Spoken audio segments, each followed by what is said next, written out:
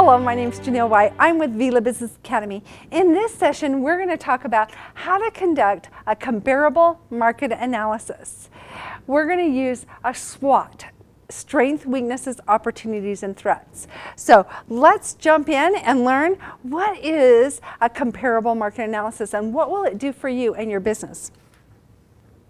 A comparable market analysis, also known as a CMA, allows you to compare you and your business to other businesses that are already on the market. It's really important to understand the functions of the other businesses so that you can position yourself well. There are many kinds of comparable market analyses out there, and I've heard lots of feedback about what is the best market analysis to do. And I'm going to tell you, I've been using SWOT analysis, strengths, weaknesses, opportunities, and threats for years. It's worked for years. A lot of people say it's had its heyday, but I still think it's the best way to see what the comparison is in your marketplace with you compared to other businesses. It's a simple form. It talks very simply and gives you very simplistic instructions. So it's the most simple of the comparable market analysis. And I think it gives you the best information possible. A SWOT analysis was actually invented way back in the 1960s. And I think that it's really tried and true. It's proved itself and it will prove itself again. A SWOT, S-W-O-T, stands for strength, weakness, opportunity, and threat. This format will help you get a good picture of what's going on in your market. So if you look at the form, there is internal, external, harmful, and helpful. And this is going to help you really understand what the SWOT does. So, strengths are helpful and internal.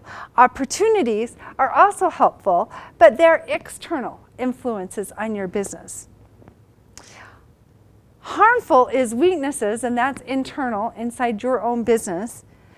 And external would be your threats. And they are also harmful. So let's go down a little more. Some of the mistakes I see when people are building their SWOT analysis is they say, oh, I'm wonderful. Everybody loves me. Nobody's doing anything like me. I am so unique to the world. And I'm going to say, okay, that's great, except for that's not accurate. There's always other businesses out there. Even do-it-yourselfers need to be taken into consideration when you do your do-it-yourself, says DIY. When you take into consideration your SWOT analysis, you need to take into consideration all of the other businesses as well as people who want to do it themselves.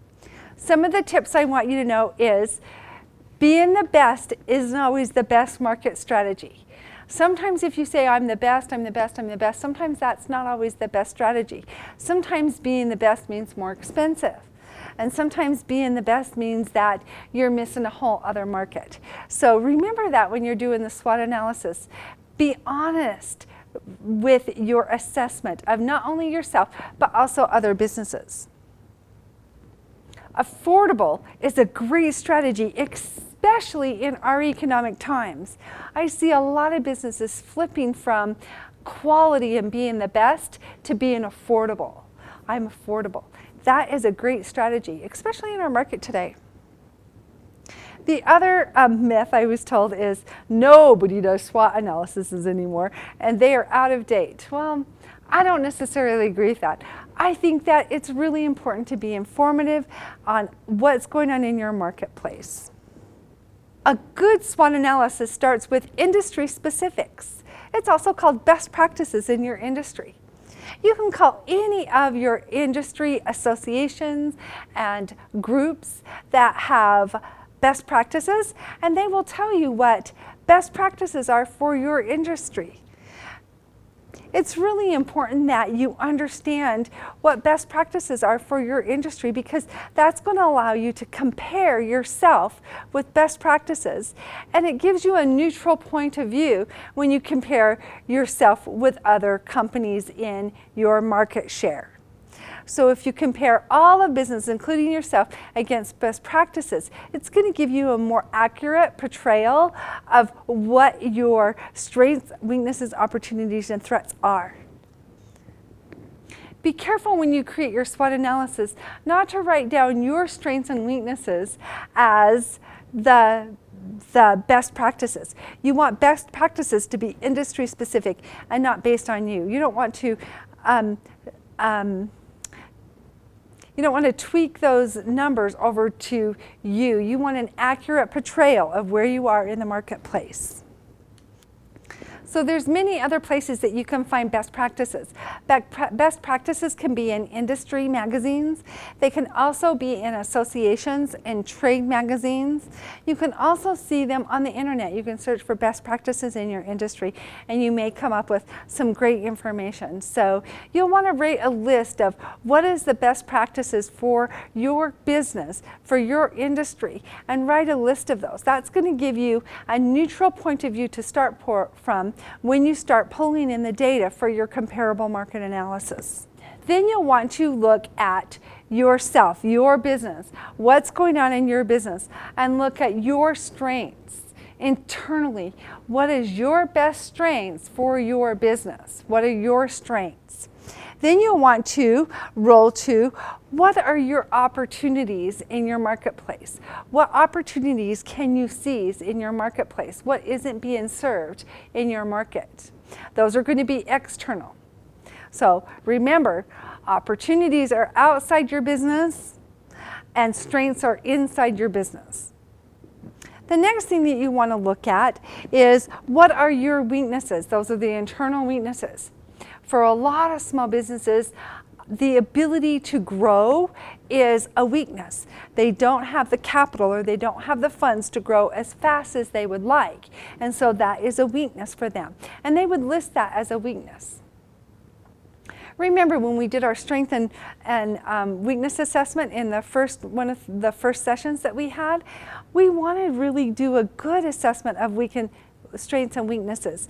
We don't want to just gloss over and say, oh, I'm wonderful, I don't have any weaknesses, because that's not going to give you ammunition to go out there and build good marketing strategies and be business savvy. So have that honest dialogue. What are really my weaknesses? And what are my threats? The threats are external.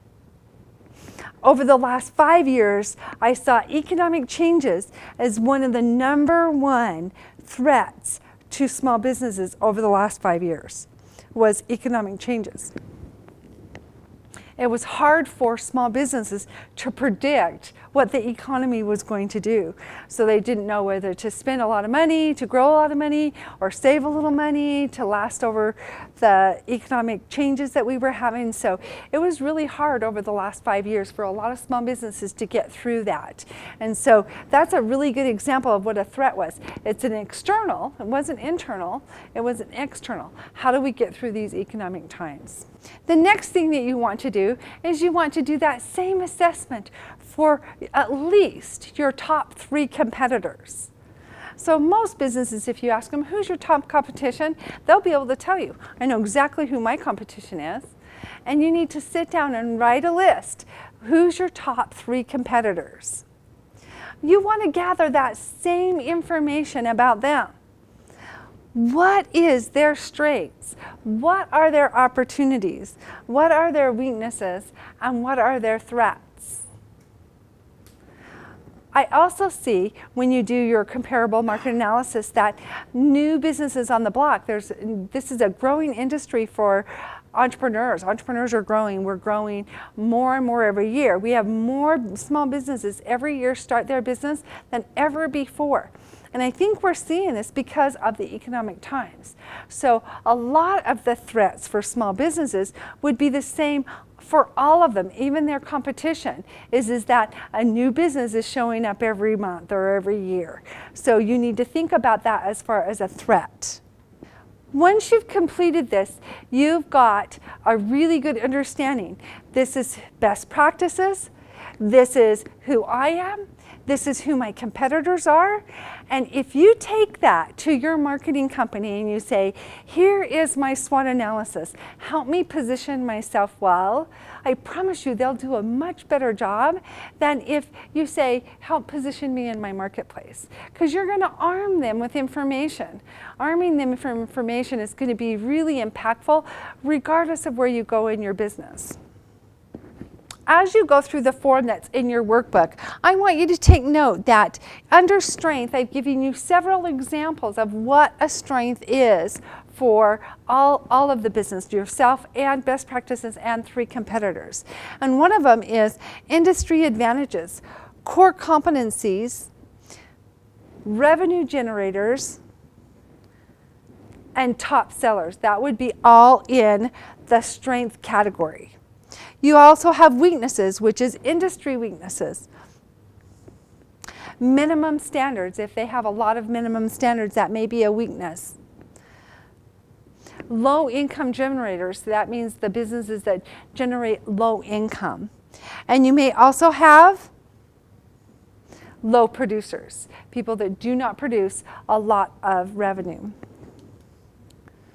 The next under opportunities, you may have market trends, buying trends, market niches, and consumers, how the consumers generally consume their products. And then you'll have threats, which is risks. What are the risks that businesses in your industry are taking? What are the obstacles that they have to overcome? What is the market share that they have? What's the high market share? What's the low market share? And it may be that you have a lot of your industry out there, meaning that there might be a lot of businesses in your industry. So it's really important to gather that information. The next thing that I want you to do is I want you to go to the next page, and I want you to do step 2, is record all of this data down.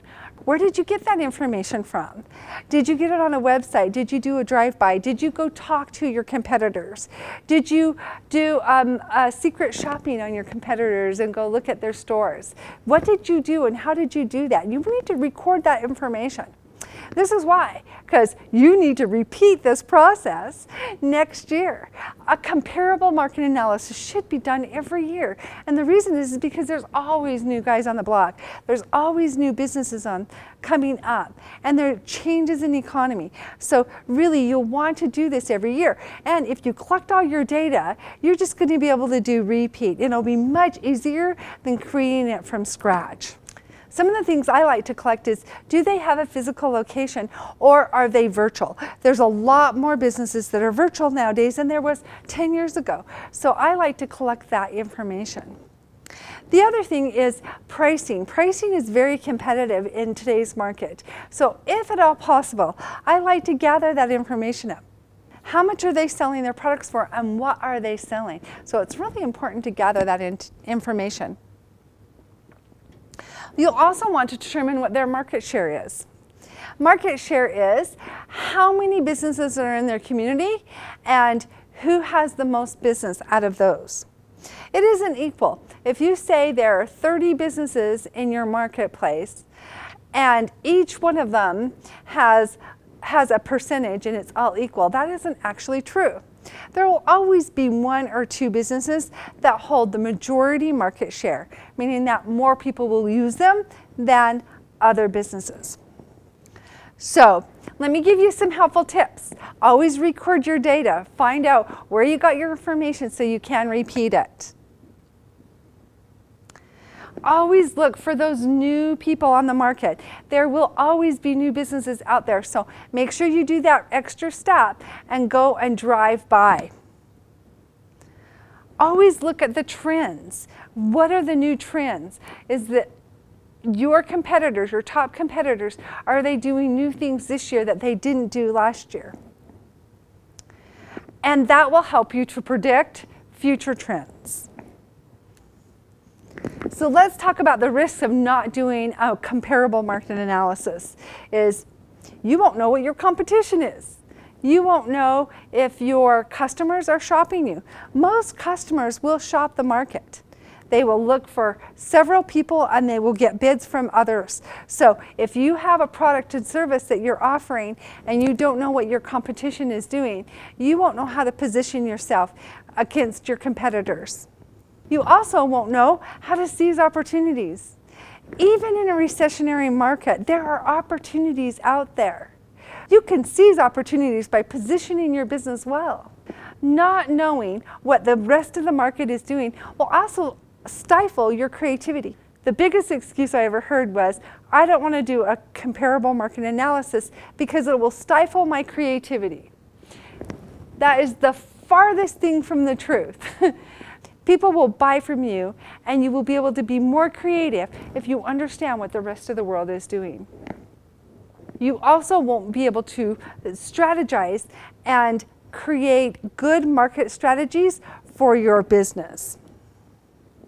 So let me give you a good example on how a good comparable market analysis can make the difference between having the worst year of your life and the best year of your life. Should we tell you about that? I had a client who had the worst year of their life, and they hired me to come in and assess their business to decide if they were going to roll out of business, if they were going to shut their doors down.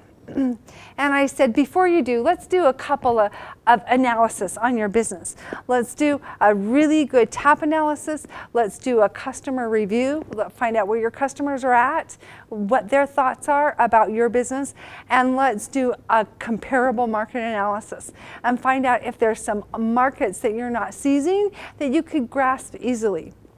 A friend of mine calls this low-lying fruit. This is on the tree. You can go and get your low-lying fruit. Are they missing any low-lying fruit of opportunities? And when we did the comparable market analysis, we found that there was a lot of businesses going out of business in their market. And I said, gosh, you know what? This may be a great opportunity for you. If we have this many businesses that are shutting their doors, that means that that's an untapped market for you.